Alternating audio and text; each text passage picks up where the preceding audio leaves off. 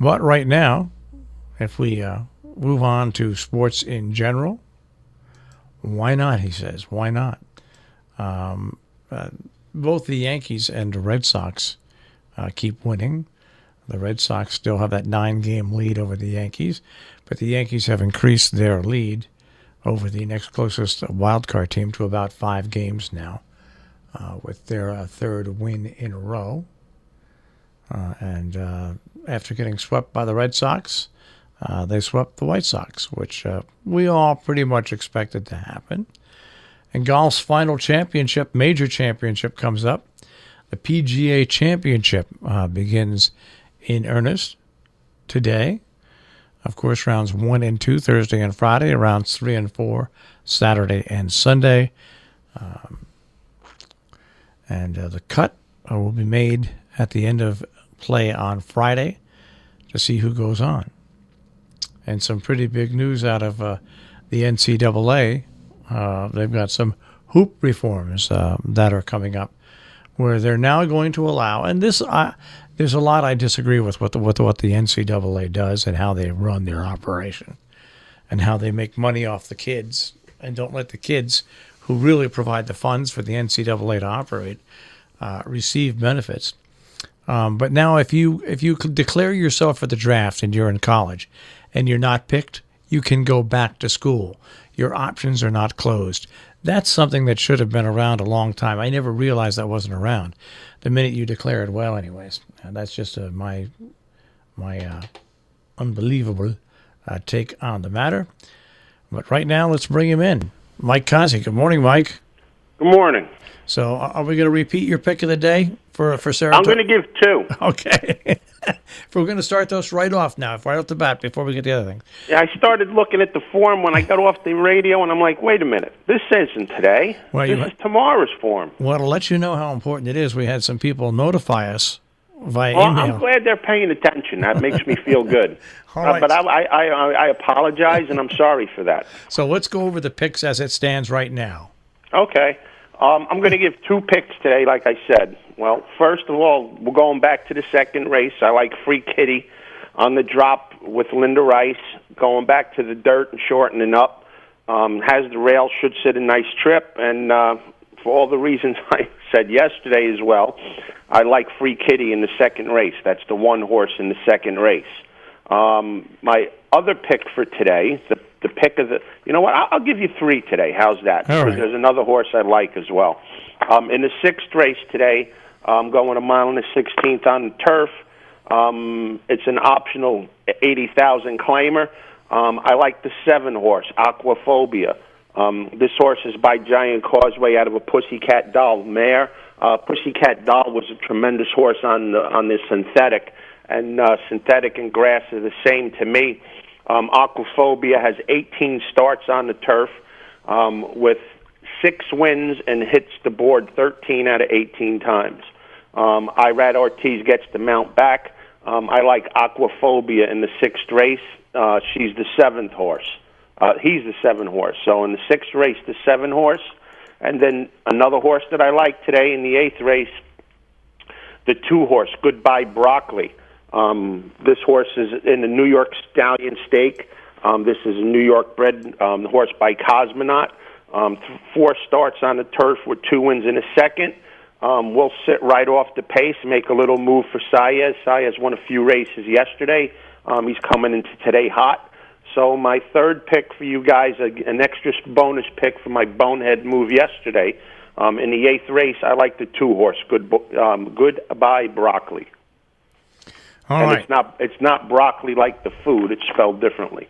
All right. So those are your picks. Those are the picks. We wanted to get those out of the way because we wanted to correct that one mistake. Yep. We'll go 3 for 3 for you guys today.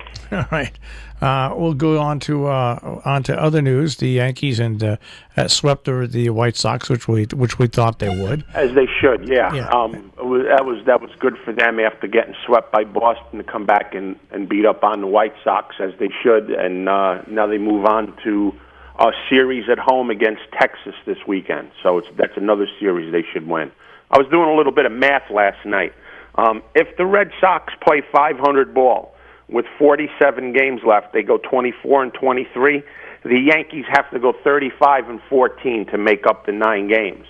If the Red Sox play a little bit better, say they go 30-17, the Yankees have to go 40-9 to catch them. Now, I'm pretty sure even the most diehard Yankee fan has to realize they're just playing for the home playing game now. I mean, that's what the Yankees are playing for. Yeah, and in regard to the home playing game, the late game last night on TV was Oakland against the Dodgers. And the most overrated pitcher in baseball took the mound for the Dodgers yesterday. I think he went 5 innings last night. He went 6 innings, actually, last night, left with the game tied 2-2.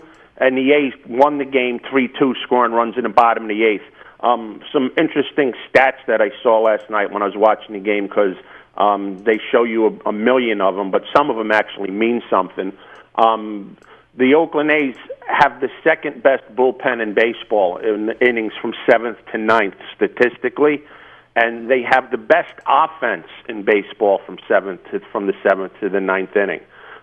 So what that means in English is you're not scoring runs against them in the 7th and the 9th, and they're scoring runs against you in the 7th and the 9th, and that's important. The A's come back in a lot of games that they play this year, and they're scoring a lot of runs. They're a good team. It's going to be a fight for the Yankees and the A's to see who gets that home field game in the wild card. The A's are a pretty good team. There's a lot of unrecognizable names in their lineup, but they play very well. All right. I think what's going to be key for the Yankees is how well their 2 new pitchers actually pitch down the stretch. That's an important key for them. That really is. I was talking to a couple of people last night, and they're Yankee fans, and I was trying to make them understand their best pitcher could possibly be Happ. The way things are going for them right now, Tanaka's shaky. Sabathia has been shaky. Last night they got the game pitched by the best pitcher they have yesterday, but like I said, you can't go by what you do against the White Sox, because even Lance Lynn looked like he was he looked like he was a superstar against them. The good thing is Severino went 7 innings last night. He gave up 7 hits. He gave up a home run. So he did okay against the White Sox, but a top pitcher would shut these guys down cold. So in my opinion, that's a C performance for Severino last night. And like I said, Happ has the potential to be their best pitcher. And if they get to the point where they play the Red Sox again, that's the reason why they got Happ, because of his record against them. So we'll see how it plays out for the last 2 months. But their pitching staff, it's a deck of cards you threw on a table, and you don't know where the ace is. Did you see any of the Yankee game last night? Very little of it. I watched some of it. Everything that happened against their pitcher happened in the first inning. After the first inning, he completely shut them down. Severino? Yep. After the first, I saw him give up a home run in the middle innings. They went out to a quick 2-0 lead. The only thing that happened after that was the one home run. Other than that, he had shut them down completely after that. So he gave up 2 runs and 3 hits in the first inning.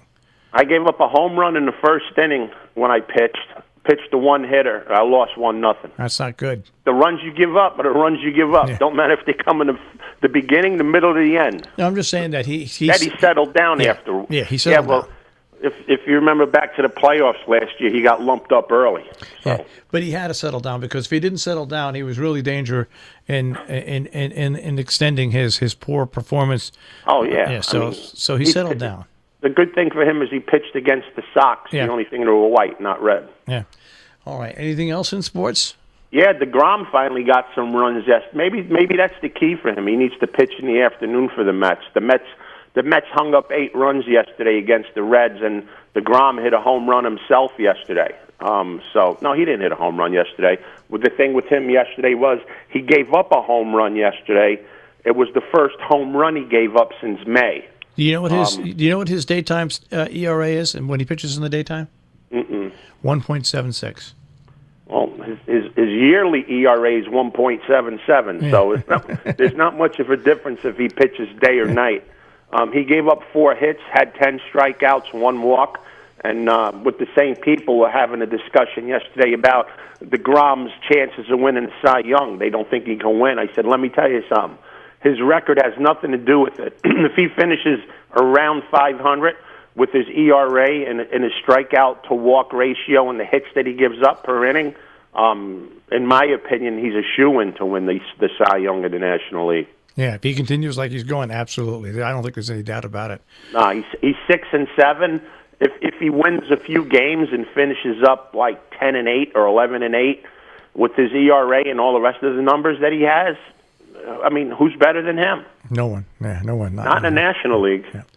All right, we'll check with you Monday. No, tomorrow's I'll be Friday. Here. No, tomorrow's Friday. Yeah, that's right. Tomorrow's Friday, so we'll have our pick of the day for Friday, and it's the Arlington Million weekend, so we'll have some races coming out of Chicago this weekend.